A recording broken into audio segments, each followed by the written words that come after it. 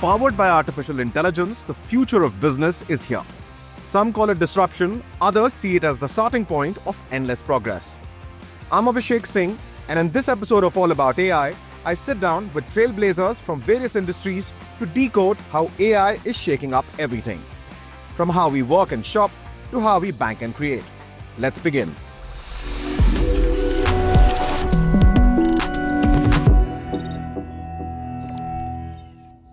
I'm joined by Arundhati Bhattacharya, President and CEO, Salesforce South Asia.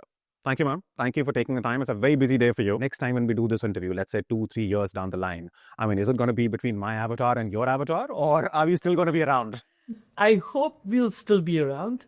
But somebody asked me that, if you had a personal agent and you wanted one job for that agent to do, what would be that job? And I said, I wish the agent would do my travels for me because I hate traveling. Okay. And that is basically then an avatar. Yeah. But having said that, I don't think we are there as yet. It's still humans with agents, because while agents can do a lot of the lower value add jobs on their own, as long as your workflows are automated, they can trigger them and get them done. Where, you don't have to sort of apply your mind or think about what the solution should be. It's a differentiated solution. So in those cases, we have automated agents now that can really take off the drudgery from your job and leave you to be more creative, to be more, in touch with your customers. I continue to say that basically agents allow humans to be more human. Right. We had gone so sort of immersed into doing the same repetitive kind of jobs that much of our time was getting taken away. There are a lot of people still who are perhaps on the sidelines, just waiting and watching how the world is evolving around them. What would you say to them? That are they missing out on opportunities? What is it going to cost them along those lines? If you can share some thoughts with us. Agentic AI or AI itself, it's like a wave. If you resist it, it's going to overwhelm you.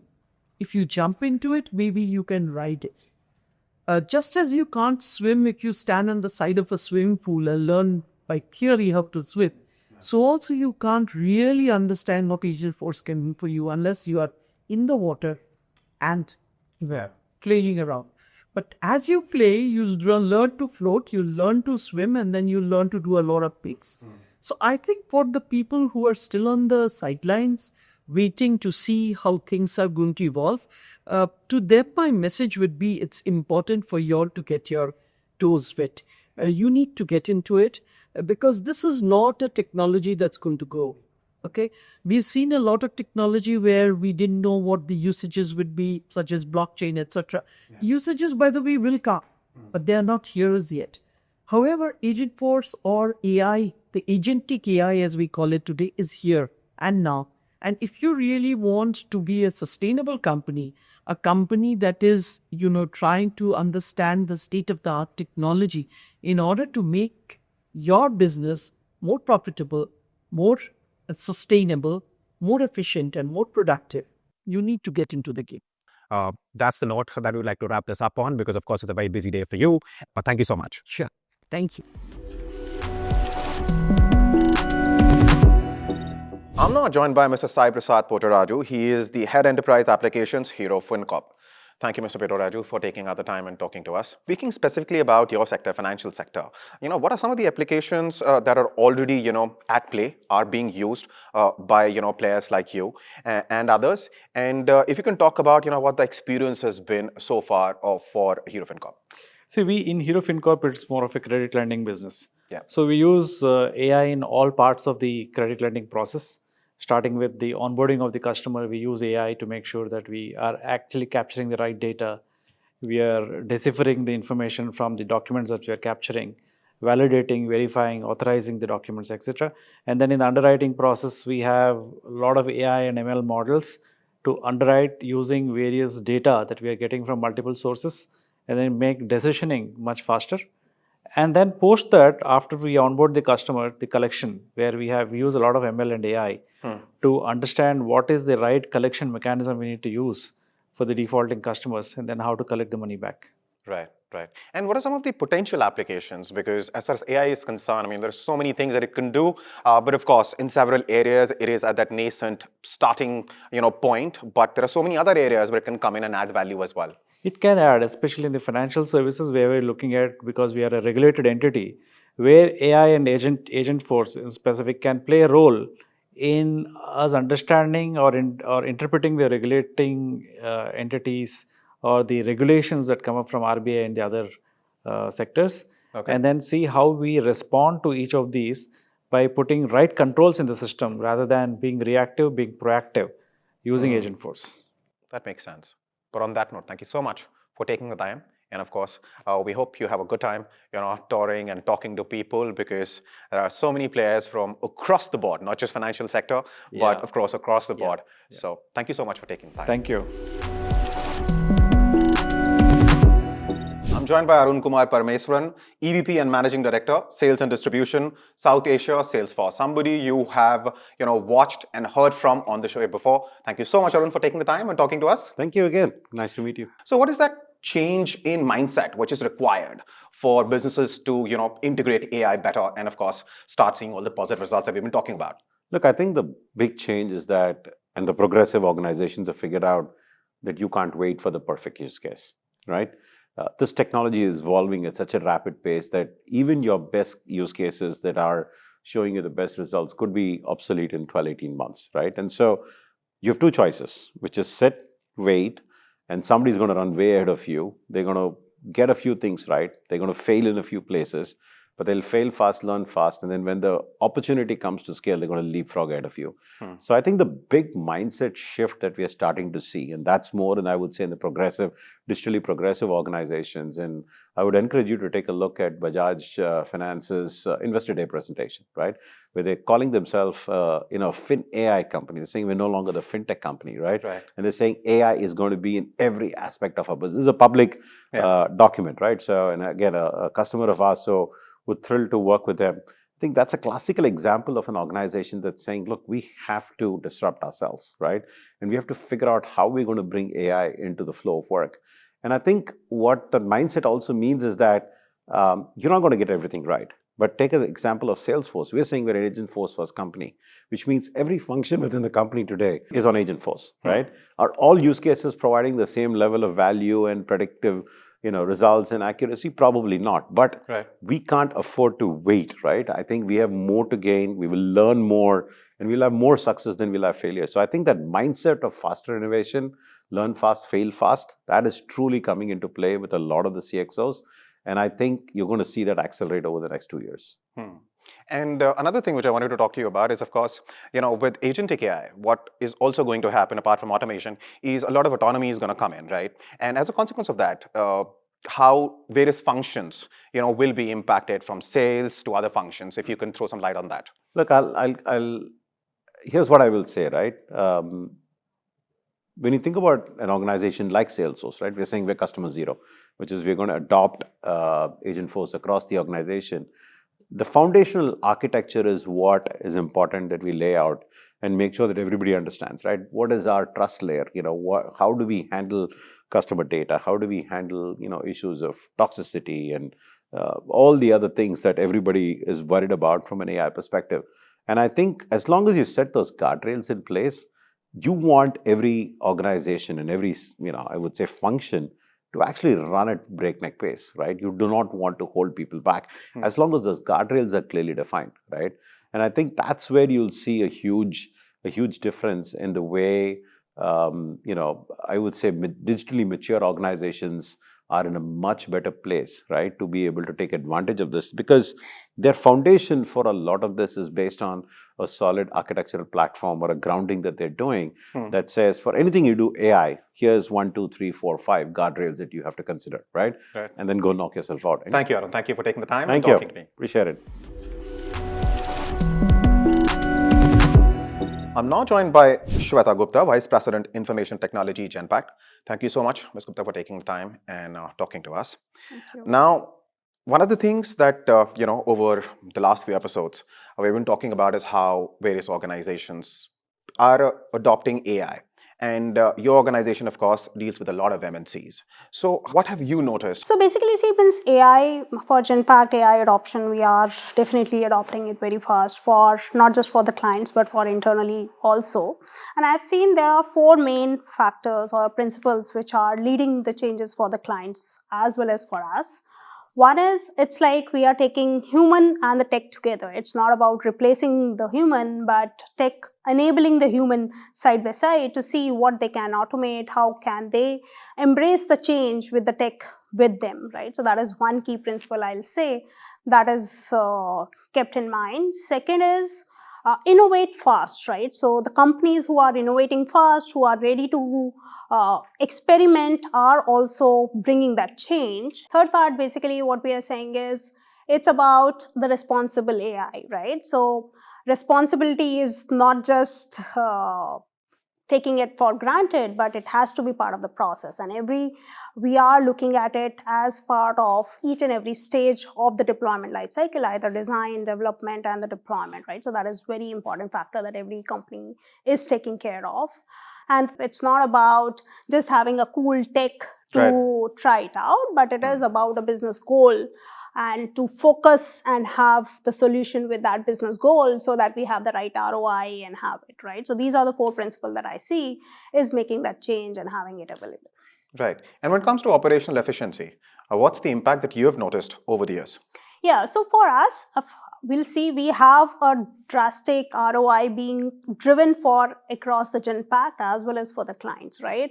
So within our Genpact, Vidya Rao is our Chief Tech and Transformation Officer who is driving the Client Zero, which is like the testing bed for our own Genpact per se, and we have deployed 100 plus AI solutions for it, and which is across focusing either the finance area, the sales and marketing area, driving the key output, right? So either making them more efficient for preparing for a meeting or making a finance life cycle easy or automated. So it's more about automating the repeated work. That is the first one, right? Second is to be able to have a prediction about the future as like a forecasting that we can do, the sales forecasting kind of a use case. That's the second area. Sure. And the third area is basically automating in the flow of work, right? So whatever is the workflow, what we can depend on AI itself to take an action for us and what there is a human intervention or a confirmation that is required. Yeah, it's just, marvelous to watch from distance what's happening, across sectors and how AI is changing, things the way they are done. But on that note, thank you so much, Ms. Gupta, for taking the time and talking to me. Thank you. Thank you. Thanks. I'm joined by Stephen Hammond, EVP, GM, Marketing Cloud, Salesforce. Talk to us about it, the customer engagement, how that has changed, how that has evolved with AI. Well, I think the biggest things is that, there have always been goals within organizations to figure out how do you make a more human-like experience when you're connecting through digital experiences and digital engagement. And the barrier has mostly been scale of people and or content. And the thing that AI has opened up is the ability for kind of a natural language experience and for inputs from an individual that can share what their interests are as kind of a way of saying, hey, I'm looking for this particular thing. And then the agent or the AI system can interpret that and come back with a more relevant response. But behind the scenes for that is also how all the data makes that possible, how you can connect a deep understanding of the individual, a deep understanding of the brand, the products, and make sure that all that works together in a more coordinated way. So I think what we're really finding today is a lot more scale through automation. Right.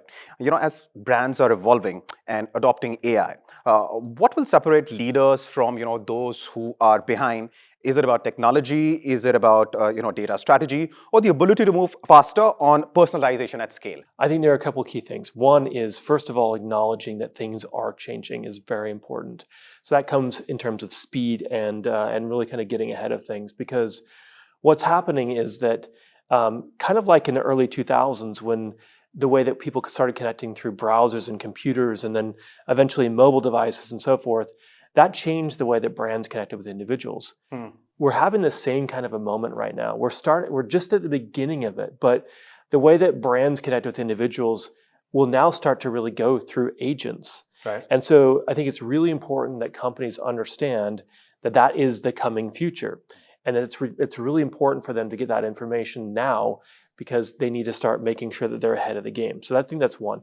The second thing I would say is having an organization of your data is really important because without having a clear understanding of who your customer is and what their interests are, you can't really engage them properly. And that's not just about having a historical record of that individual. It's really about understanding that individual in the moment. Right. Because that context is critical to understanding how you can adapt to their situation right now. And then I think also making sure that that data is actionable is critical as well. So not just having the data, but making sure that that data is linked back to the systems of action and keeping it very simple because I think we all know that we can do a lot of things with technology, but sometimes we make it too complicated. And what we've been focusing on is making that very simple, breaking down the barriers or the requirements that require deep integrations. We've done a lot of that for our customers. I think those are some really important things when companies are thinking about how they stay ahead of the AI revolution that we're going through now. Right. Aren't you worried about increase in the level of expectation of the customers? Because of course, now what has happened with the internet is because of the fall in attention span. Everybody started doing things quickly. AI is making sure businesses will be able to execute their plans a lot more quickly. But then, how much quickly? I mean, that's the race. Thank you so much, Stephen, for taking time and talking to me. Appreciate it. I'm joined by Rajendar S., the Chief Marketing Officer of Fine Jewelry. Thank you, Rajan, for taking the time, talking to us. Your industry is known to be, very human-centric. It's about the experience as far as, the customer is concerned, right? So the integration of AI in the industry, talk to us about what are those areas where AI is coming in and sort of, helping you and helping the organization. Okay, the wish list is pretty long because the AI, when I say AI, I will come to AI later. I'll just give you a few seconds about the experience and what we want to create. We only sell diamonds. We don't sell gold. That's our positioning. That's what we've been doing. And we are a offline brand with close to 100 stores. And this is a multi-sensory category. What I mean by a multi-sensory category is if we do not curate and what I call a valet to valet, from the time customer walks in till he walks out, I think the entire journey needs to be curated. And diamonds has got interesting stories. Diamonds has got large heritage, especially from India, because I don't know how many Indians know that the first diamond mine was here in India, and then eventually moved out, and then things changed. And the customers need to be spoken to about diamonds is what our pursuit is, that each of our sales guy don't consider it as a transaction, and speak a little bit about what we stand for. While we have a legacy of 1888, more into B2B, it's a family-run business still, we need to position ourselves as a diamond expert or a diamond consultant. That means the customer who's sitting right in front of a salesperson need to know what he's buying and need to know the inspiration of the designs that what we are making. And these are all crafted because if I don't glorify our past legacy and heritage, the customer is just buying it as a commodity. Right. Rather, we would want to sell this as a piece of art, because if we don't do this, the customer is not going to speak about the piece. Okay, but if I speak a little bit about the piece that what the customer is buying, whether it's the design inspiration, whether it is inspired by nature or it's inspired by abstract, I think the customer needs to go back and speak about this design when she's wearing it. So AI is critical for us because how do I translate these stories? While as a marketer, we are very passionate about telling these stories, but it should not remain as a marketer's narrative, but it should translate actually what the customers are actually seeing it and then hearing it. That's why I call it a multi-sensory, because it's a touch and feel. And I strongly believe diamonds, because it's from the mother nature, it has a spirit. And then we insist that anybody who's sitting and talking to us about diamond jewelry, we insist that they do a trial. Because the moment this diamond touches the skin, there's a magic happens, which we have seen. And then my conversion is faster the moment they do a trial. That's the other piece of it. But then this needs to be spoken about. This needs to be, because customers walk in to buy only when they're happy. Nobody buys a diamond jewelry when they're mourning. So the customer is already coming in with a certain happiness, and how do I delight them? Now that's the objective that what we're creating. So now, where does AI come in? Exactly. Now AI needs to be a coach for my sales guys, because each of this design, its SKUs are pretty large. Each of this design has got its story. How does the sales guy know about what it is? So there are two ways, right? One is about AI using for my internal sales guys, that they have to just translate whatever you're saying as a marketer. The second piece about the customers, which is a larger audience that what we want to speak about. Our entire performance marketing right now is now going to get replicated on Salesforce. Okay. When I say performance marketing, we have a mandate of using performance marketing to drive footfalls to the stores. So as much as the walk-ins that what we generate at the retail storefront, we are also creating equal leads, which is my first-party data on performance marketing. Now this is going to get onto Salesforce, and there's an AI layer which is coming into it. That means my lookalike audiences, my target audiences can be far more precision, far more focused that whom I'm converting this. AI is going to contribute a lot here because without AI, performance marketing is almost contributing 4% to the top line. So sales, marketing? And Service Cloud, Okay. which is the feedback, which is the complaints. Because we're in the end of the day service industry, people have queries and complaints. That's where the AI also comes into play. That all the feedbacks are taken seriously, all the Google reviews are taken seriously, and how do I address them with a certain time frame and templatize as much as possible. And this is where we look at AI playing a very, very critical role for us. Wonderful. All right. On that note, thank you so much, Rajendra, for taking the time and talking to us. Thank you. Pleasure for inviting me. That brings us to the end of yet another episode of All About AI, the only show which keeps you up to date with the rapid developments in the world of AI. We look forward to you joining us for the next one. We promise to be back with a stellar set of panelists in the next episode. You can watch previous episodes of the ongoing series by clicking on the link to the playlist shared in the top right corner. Don't forget to like, share, and subscribe.